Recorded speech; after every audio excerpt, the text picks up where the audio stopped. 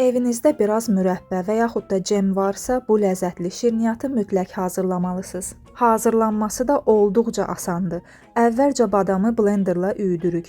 Tam toz halına gələnə kimi üyütməyin, yəni biraz içində iri dənəciklər qalsın.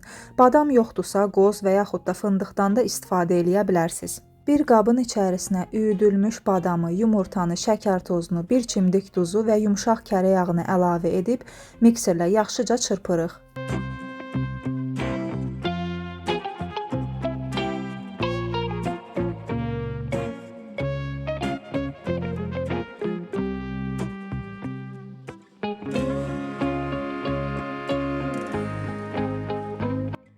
İndi isə bura qatığı əlavə edib qarışdırırıq. Qatığın yerinə xamadan da istifadə eləyə bilərsiniz. Onda daha ləzzətli alınacaq.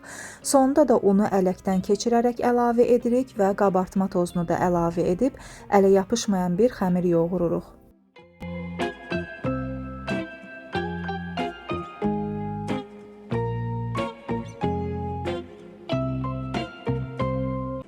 Xəmiri bir paketə qoyub yarım saatlıq soyuducuda saxlayırıq.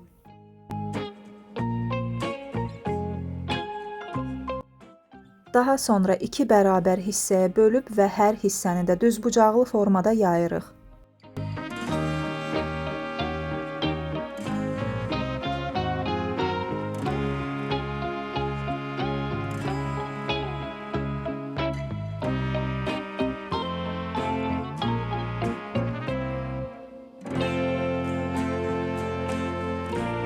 Birinci xəmiri yağlı kağız sərdiyimiz soba listinə qoyub üzərindən də sevdiyiniz və yaxud da evdə olan hər hansısa bir qatı cemdən çəkirsiniz. Məndə bu böyürtkən cemidir və ikinci xəmiri də yayıb üzərinə qoyuruq və kənarlarını da yaxşıca birləşdiririk. 180 dərəcəli isidilmiş sobada 20-25 dəqiqə ərzində bişiririk. Bişəndən sonra biraz gözləyirik ki, soysun, daha sonra kənarlarını kəsirik və burada da sizə göstərmək istəyirəm ki, kənarları hətta görün necə yumşaq alınıb.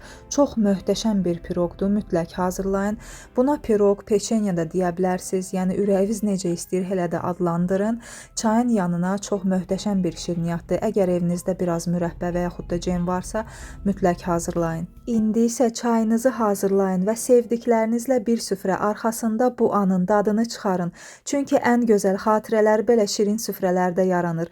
İzlədiyiniz üçün təşəkkür edirəm. Əgər resepti bəyəndinizsə, bəyən düyməsinə basıb kanalıma abunə olmağı unutmayın. Hələlik.